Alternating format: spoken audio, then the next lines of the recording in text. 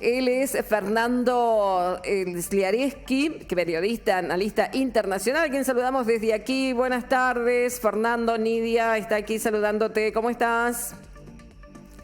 ¿Qué tal, Nidia? Muy buenas tardes para vos, para todos los operadores, aprovechando para desearles un muy del canal de la radio, del canal 6 de Crespo, para todas las repetidoras en Ríos, en Santa Fe, para todo el personal que tiene tanto esfuerzo por llegar a la gente con la verdad y con la realidad de lo que hoy estamos viviendo. Un saludo cordial y esperando han pasado realmente un día fantástico. Bueno, esperando que vos también, claro, por supuesto, ¿no? Que hayas pasado un lindo día junto a los tuyos y que, bueno, y seguramente tenés muchos contactos en el ámbito internacional porque, bueno, es como que te has dedicado un poco más de lleno a ese segmento, Fernando. Sí, exactamente. Bueno, tenemos muchísimas noticias. La verdad que en una semana se han acumulado una cantidad de informaciones que son realmente importantes. Para decirte, mucha gente se preguntará por qué se celebra el Día del Periodista, ¿no?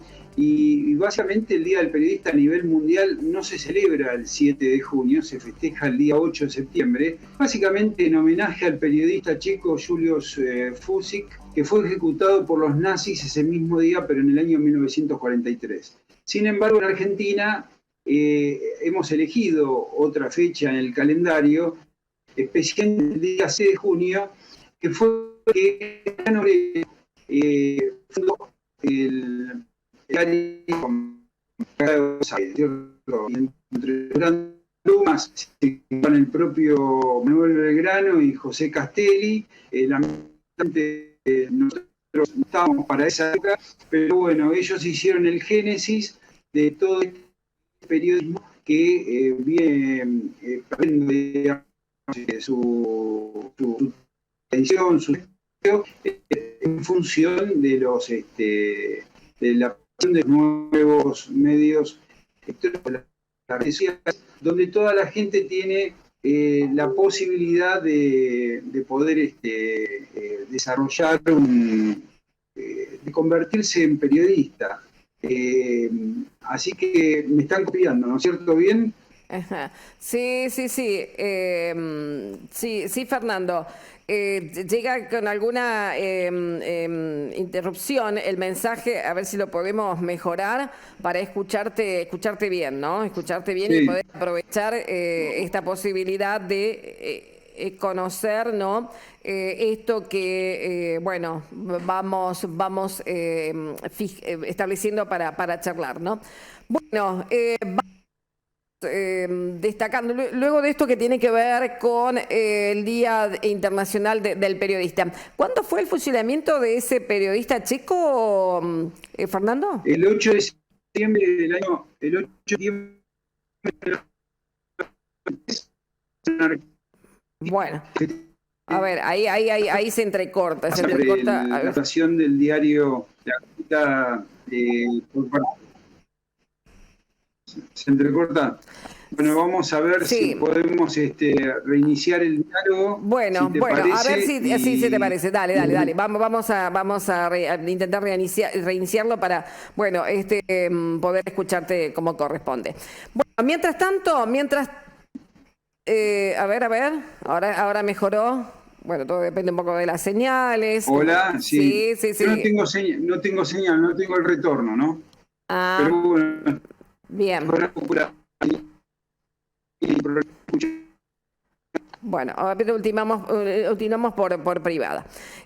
Vamos destacando, vamos ampliando. Escuchábamos antes, volviendo al plano de noticias nacionales, hechos que han ocurrido en Formosa en las últimas horas.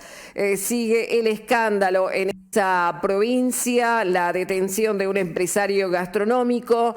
Están las fuerzas policiales buscando casa por casa a otro que reclamaron ayer frente a la gobernación, luego de un escándalo más en Formosa, donde ayer un manifestante quedó colgado sobre el capote de la camioneta de un ministro de Gildo Infran en medio de una protesta en inmediaciones de la Casa de Gobierno provincial. Ahora hubo detenciones en las últimas horas de empresarios en la capital de la provincia de Formosa. El clima de tensión se vive en un contexto de serias denuncias y reclamos por parte de los formoseños con respecto a cómo Infran manejó y maneja la pandemia, como así también las cuarentenas. Estoy esperando en el restaurante que me vengan a buscar, le dijo a este mediodía a Infobae Patricio Evans, 41 años, licenciado en Administración de Empresas y dueño del bar Al Fondo, en el centro de la ciudad de Formosa. Su familia, además, es dueña del Hotel Asterión, un negocio que tuvo que cerrar en febrero luego de 17 años de trabajo y de ser uno de los más reconocidos de la zona. Nosotros estuvimos en rebeldía todo marzo y nos pusieron multas, pero ahora no aguanto nadie, dice. Nos persiguieron mucho, solo son con delivery y estamos en fase 1 total. Expresiones de empresarios allí en la provincia de Formosa. Más temprano otro gastronómico, Marcelo Campo, fue detenido en el barrio de Fontana frente a su domicilio. Esto es una persecución por la protesta de ayer, donde nos acercamos a presentar una nota para pedir trabajar. El comisario me dijo que tengo una orden de detención por la protesta de ayer frente a la Casa de Gobierno, apuntó Campo. El sector reclama la urgente liberación y cargó contra la política de Gildo Infran. Ocampo es dueño de las hamburgueserías Pepe Guapo y de otros locales y ya había tenido problemas anteriores para reingresar a la provincia. Además de él, el resto de los empresarios gastronómicos que participaron este lunes de la manifestación fueron imputados y estarían siendo perseguidos por la policía de la provincia de Formosa. Están buscando casa por casa y en sus locales, por lo que no se descarta que las detenciones se multipliquen. Así se explicó en un comunicado de parte de la Asociación de Hoteles, Restaurantes, Confiterías y Café, que calificó la situación como un ataque al sector y reclamó la urgente liberación de Ocampo. Voceros oficiales criticaron hoy en una conferencia de prensa a los medios y hablaron de miras sesgadas y espejos distorsionados de la realidad. El ministro de Gobierno de Justicia, Seguridad y Trabajo, Jorge Alves González, recordó los brotes que hubo en empresas y dudó sobre las compañías que prestaron debida atención a sus empleados. Bueno, esta situación se ha generado en Formosa, protesta en el día de ayer y en las últimas horas la detención de estas personas, de estos empresarios. Bueno, Fernando, a ver si tenemos mejores condiciones en la comunicación de El Zoom. A ver, ¿sí? ¿Cómo estamos ahora? Sí, ¿qué tal? ¿Ahora sí me escuchan bien por allá? Ahora sí te escuchamos bien, así que bueno, si te parece poder pedirte, ¿no?, acerca de que nos hagas el análisis de las elecciones en Perú y México, dos elecciones claves para el futuro de América Latina, sostenés, ¿no? Sí, la verdad que te digo que hay tanta información en esta semana que necesitaríamos un ratito de todo el tiempo de lo que estamos teniendo en el programa casi toda la semana, ¿no? Pero bueno, básicamente te cuento que Perú se está dando pelea voto a voto, gracias por un lado, digamos, a Keiko Fujimori, que es la candidata del partido de centro derecha, hija de Alberto Fujimori, que fue en 2 oportunidades presidente de Perú y que estaba cumpliendo una pena de prisión por violación de derechos humanos de 25 años, en el ejercicio del poder, y que lo hizo básicamente para combatir a Sendero Luminoso en años muy difíciles que fueron principalmente entre los 80 y los 90. Esto pesó mucho a la hora del voto. Lo que se está definiendo en Perú en estos momentos es un balotaje, es la segunda vuelta, con Pedro Castillo, que es el candidato de Perú Libre, que es casi un invitado, es un maestro rural con una familia muy bien formada, una persona sencilla de las zonas rurales de Perú, y que la señora ha hecho unas declaraciones, la señora de Pedro Castillo, un poco ofendida porque lo vinculan como terrorista, como persona de izquierda. Los personajes más temibles que tiene Pedro Castillo y la izquierda son básicamente Guillermo Bermejo, que ya anunció que si ellos llegan a ganar el poder es para quedarse. Y por supuesto que el centro y la derecha, que ven como cuco a todo lo que es la izquierda porque tienen muy fresco lo que hizo Sendero Luminoso en los años 80 y 90 y que le costó tanto a cosa a Perú, fue recién a partir del año 93 con la reforma de la Constitución y también con todos los convenios que suscribió Perú a nivel, digamos, nacional como internacional, que le ha permitido desarrollarse en términos económicos, culturales, educativos, y bueno, y ha sufrido Perú un poco toda una situación que está poniendo en jaque todo ese crecimiento, porque ese crecimiento llegó más rápido a las zonas urbanas y a las zonas donde están las industrias y la parte productiva y donde Perú tiene otro conglomerado, por así decir, en términos étnicos, que difieren de toda la gente del interior de Perú, ¿no? El voto principal que está llevando a Castillo a tener una ventaja que esta mañana estaba en los 98.000 votos, ahora bajó a 73.000, producto de la llegada de los recuentos de votos en el exterior. Hay más o menos 1 millón de peruanos que están votando en el exterior y que en esta segunda vuelta se han plegado para poder llevar su intención de voto, influir en el destino del Perú, mucho más que en aquellas primera vuelta que llevó a la contienda entre Keiko Fujimori y Pedro Castillo. Castillo tiene el voto grueso de todo el interior de la zona serrana, de buena parte de la zona amazónica, porque Perú es un país amazónico, de hecho el río Amazonas nace en Perú, y también en la zona selvática y en la zona de las sierras, en Puno, en Cusco y en todas estas zonas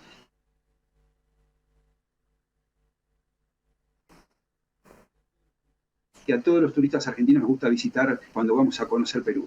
Pero básicamente los campesinos han visto un poco más relegado ese bienestar que ha llegado a las ciudades. Y hay un tema clave acá que es la pandemia, producto del COVID-19, básicamente porque desde el año 93 en adelante ha habido un despegue económico muy importante de Perú, a tal punto que el Estado peruano ha consensuado políticas de inversión que han llevado, a pesar de que perdieron en el año 1890 la zona de Arica y el Morro de Arica con Chile. Chile es uno de los inversores más importantes que tiene Perú.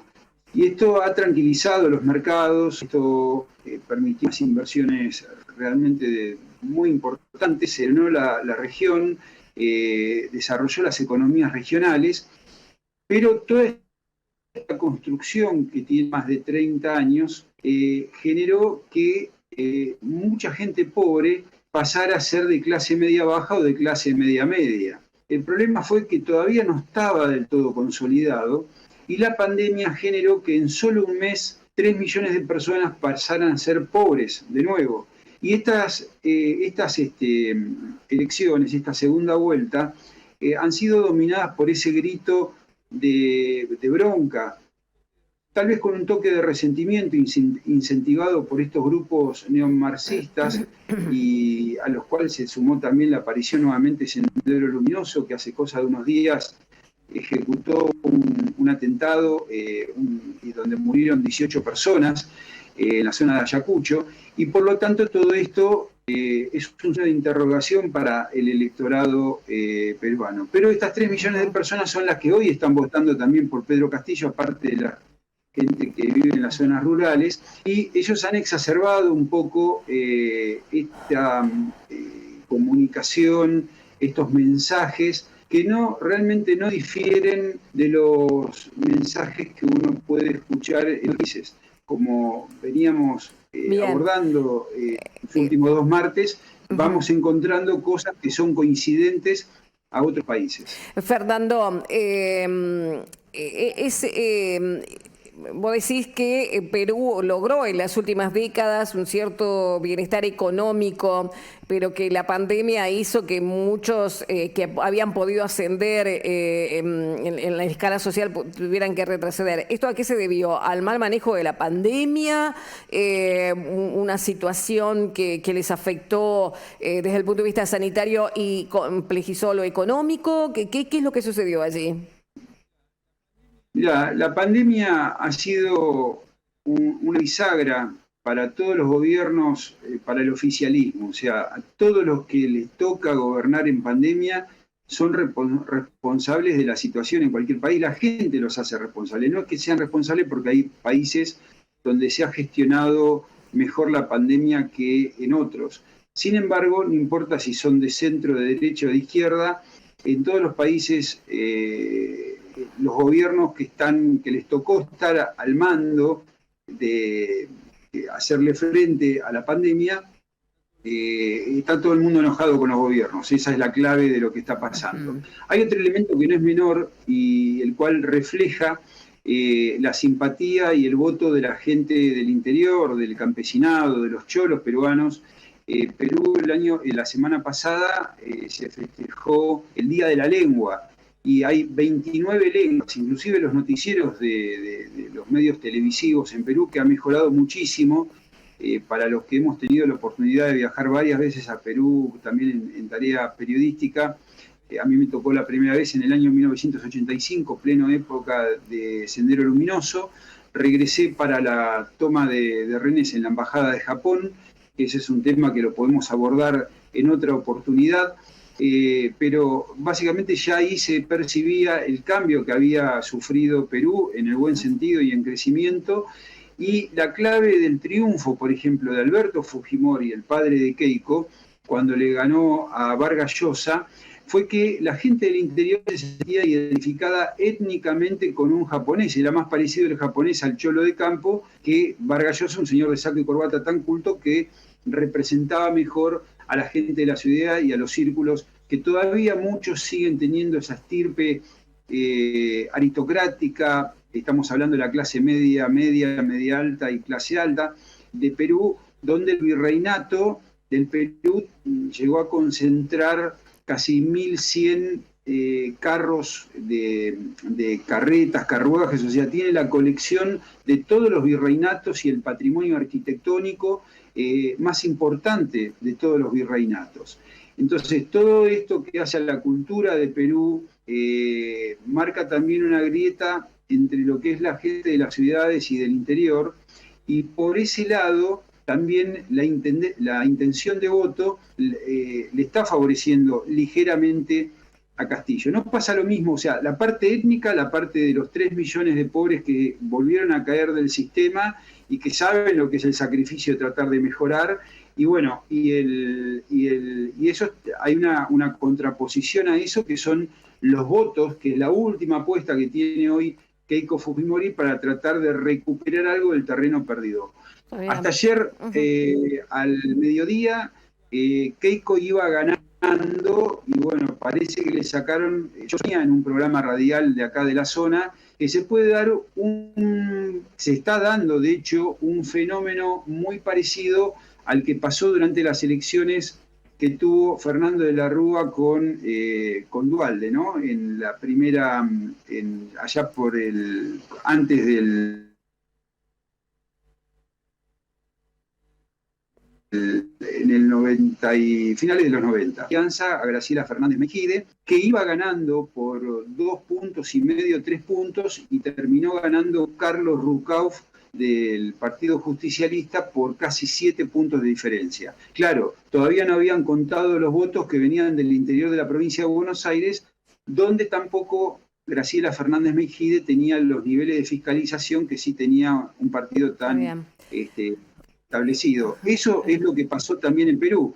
venía ganando Keiko Fujimori hasta que empezaron a llegar los votos de las zonas inaccesibles, de la zona del Amazonas, que cualquiera que sabe un poco de comunicaciones sabe que por piso tienen la copa de los árboles y es muy difícil, muchas veces tienen que hacer las comunicaciones por medio de estaciones radioeléctricas. Entonces, por eso tardaron tanto en llegar los votos.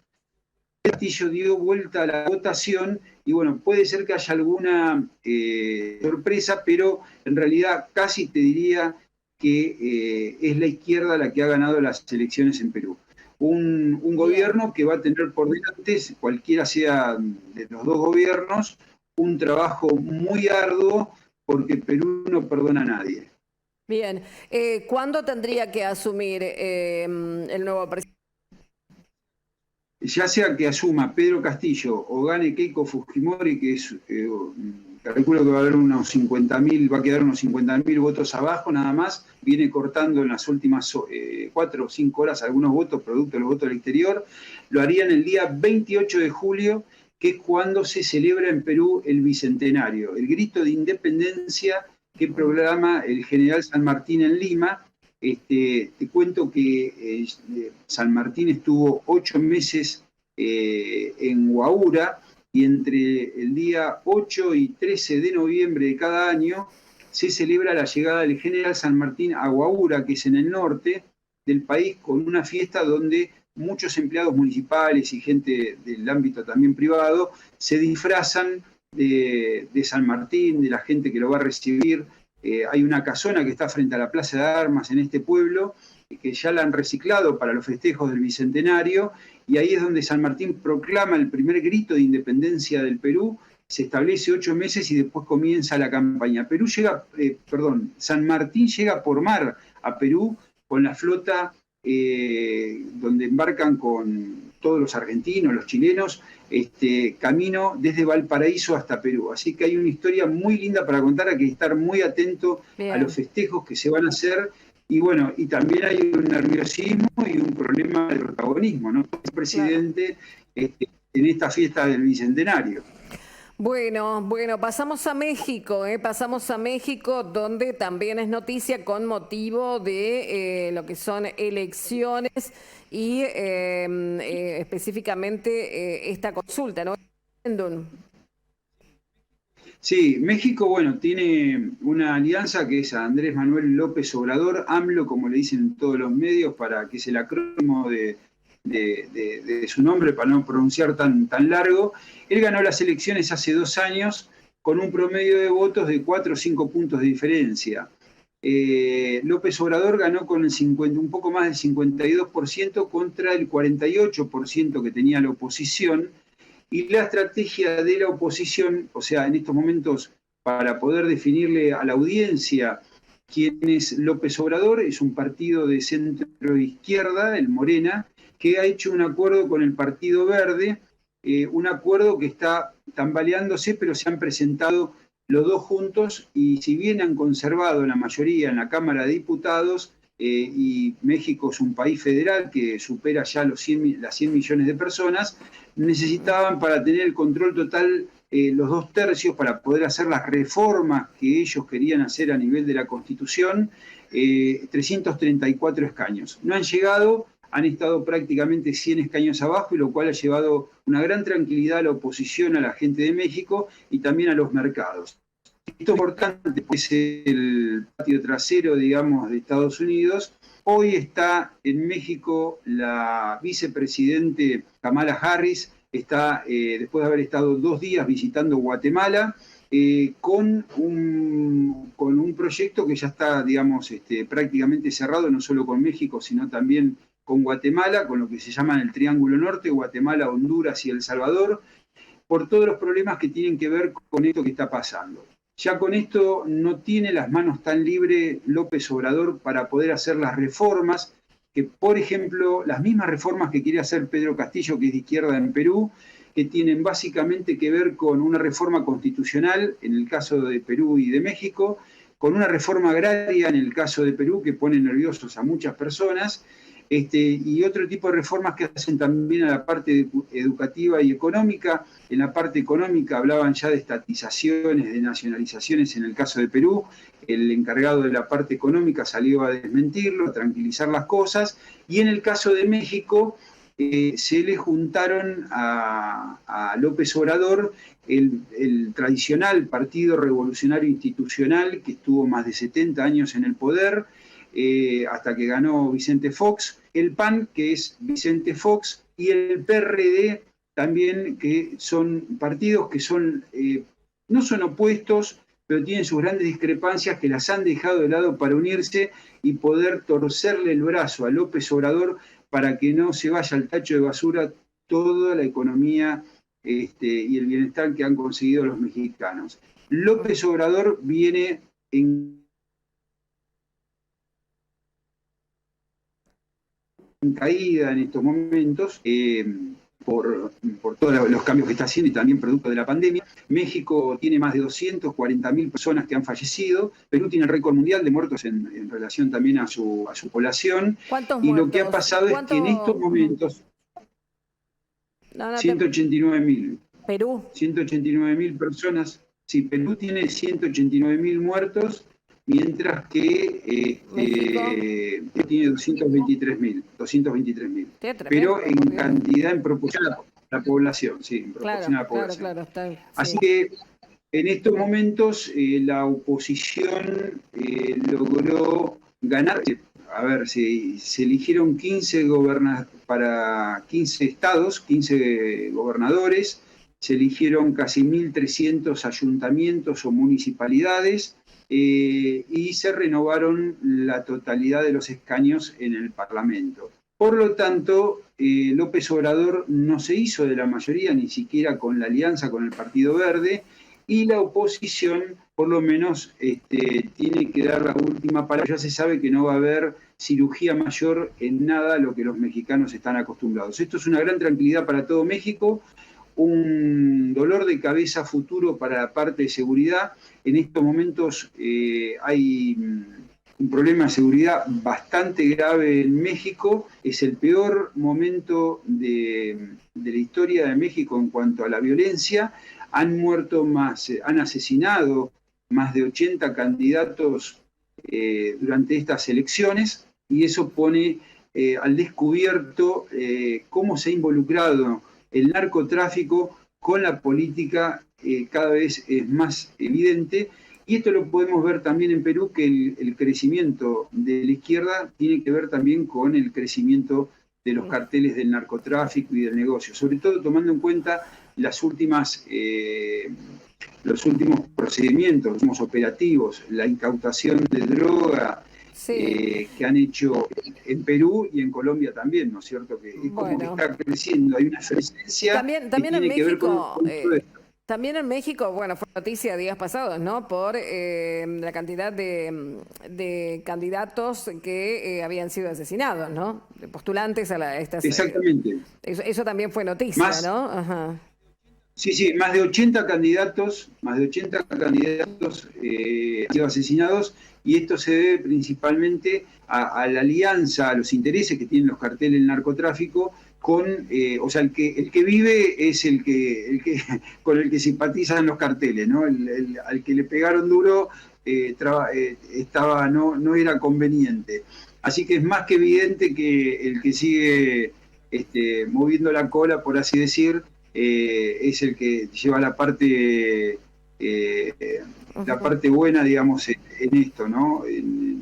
Lamentablemente así están escribiendo la historia los mexicanos en estos días, y eso preocupa también a Estados Unidos, que ha formado una nueva política para la región. Antiguamente esta política orbitaba alrededor del área militar, con el Comando Sur de Estados Unidos en Panamá, donde durante la Segunda Guerra Mundial llegaron a tener 150 bases militares.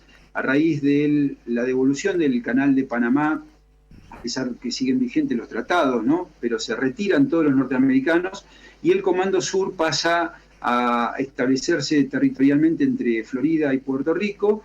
Después, con la caída del muro de Berlín en 1989, deja de tener trascendencia todo lo que pasaba por la parte militar y también por la parte de la lucha contra el comunismo, principalmente estamos hablando de la CIA, de la Agencia Central de Inteligencia, y comienza a tener comienza a orbitar lo que es la DEA, que va, la Agencia Antinarcótico de Estados Unidos, donde ponen todo el presupuesto y todas las campañas se hacen para terminar con los carteles del narcotráfico, tanto el de Medellín como el de Cali, y también con los carteles mexicanos, que en realidad lo que le dan el tiro de gracia son los mexicanos cuando, de la mano de Vicente Fox, pasan a integrar el Tratado de Libre Comercio de América del Norte. Esto no es un tema menor, porque esto cambia a los protagonistas, cambia a los actores de la lucha contra el crimen organizado y el narcotráfico, y estamos viendo, curiosamente, se cuadruplicó la exportación de droga a Estados Unidos, que maneja más o menos entre 300 a 350.000 contenedores, independientemente de la parte aérea, de lo que son las importaciones. ¿Qué es lo que está pasando en estos momentos en el Triángulo Norte, lo que se llama El Salvador, Guatemala y Honduras?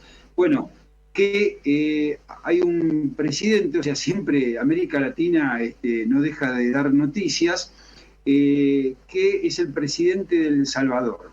El presidente de El Salvador en estos momentos, que tiene el índice de popularidad más grande, es un proceso parecido en términos de popularidad y de recursos al que tuvo Hugo Chávez cuando arrancó con su gobierno en Venezuela, generando buenas expectativas, ha bajado el nivel de criminalidad en El Salvador, pero se presume que el presidente salvadoreño llegó a un acuerdo político con el crimen organizado y que esto lo están exportando hacia Estados Unidos. El problema de las maras, que las cárceles en El Salvador están llenas, es que se están organizando pandillas, se están organizando pequeños carteles que tienen unos niveles de violencia nunca antes conocidos. Parecido, por supuesto, a lo de los mexicanos. Ahora, para poder frenar todo eso, y ya que hablábamos del Comando Sur, hablábamos después de lo que pasó con la CIA y con la DEA, esto ha ido perdiendo vigencia por la complejidad del crimen organizado. Entonces, en estos momentos, el Departamento del Tesoro y el Departamento de Justicia están empezando a trabajar en algo que en realidad tendrían que haber empezado a trabajar hace muchos años, y es en el fortalecimiento de las instituciones gubernamentales y de justicia de Guatemala y de todos estos países. Así que la razón principal por la cual fue Kamala Harris a Guatemala fue precisamente para motorizar los convenios de capacitación para el gobierno de Guatemala y comenzar a frenar no solamente el crimen organizado, sino también la migración, que hoy es un dolor de cabeza. O sea, la primera crisis que tiene Biden en estos momentos es la crisis migratoria, claro, que la pudimos bien representada en una foto que vimos el otro día cuando una persona trataba de llevar a su madre del Río Bravo.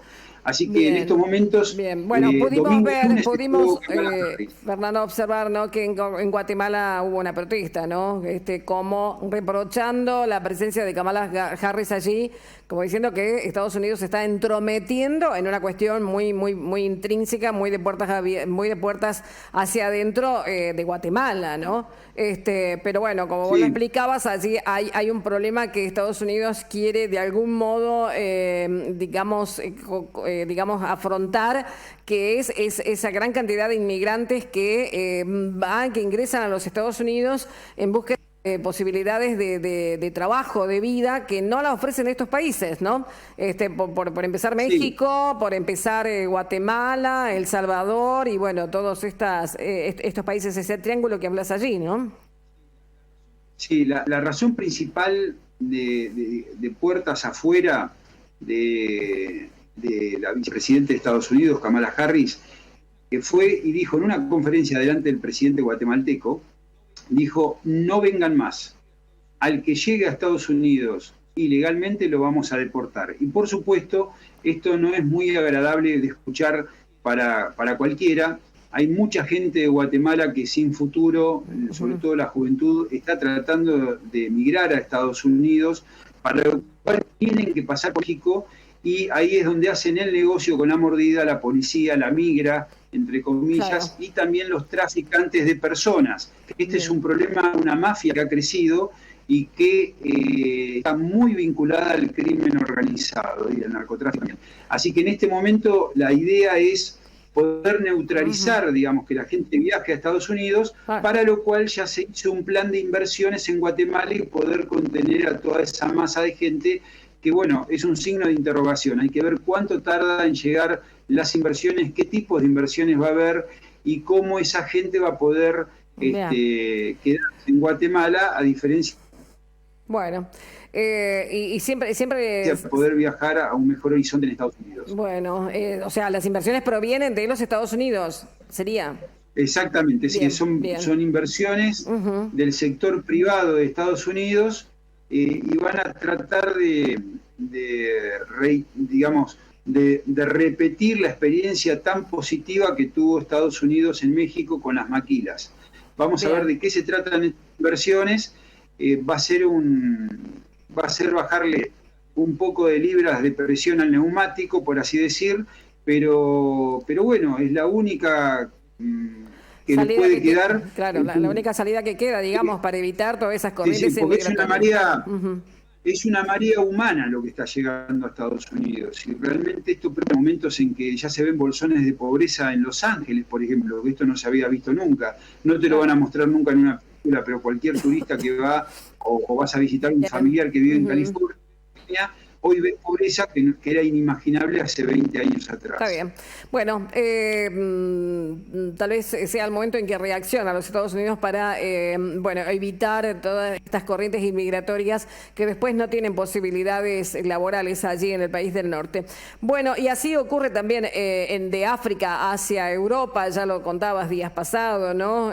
Cuando en un país no se hacen bien las cosas y no se trata de armar todo lo que tenga que ver con una mejoría económica y por supuesto que eso derrape para la gente, que caiga, ¿no? en beneficio para la gente. Bueno, la gente trata de emigrar, ¿no? Buscar otros destinos, nuevas posibilidades, nuevas oportunidades, y esto se está replicando cada vez más en el mundo. Fernando, te agradecemos mucho por tus explicaciones y por esta información tan precisa y completa que nos das de lo que está pasando en Perú, en México y en este caso también entre Guatemala, El Salvador y también los Estados Unidos. Muchísimas gracias a ustedes, les reitero el feliz día del periodista, para todo el staff, para los propietarios también de los medios y para toda la gente que día a día le llevan la realidad, la verdad, por momentos a toda la gente, a todos los oyentes. Gracias a ustedes.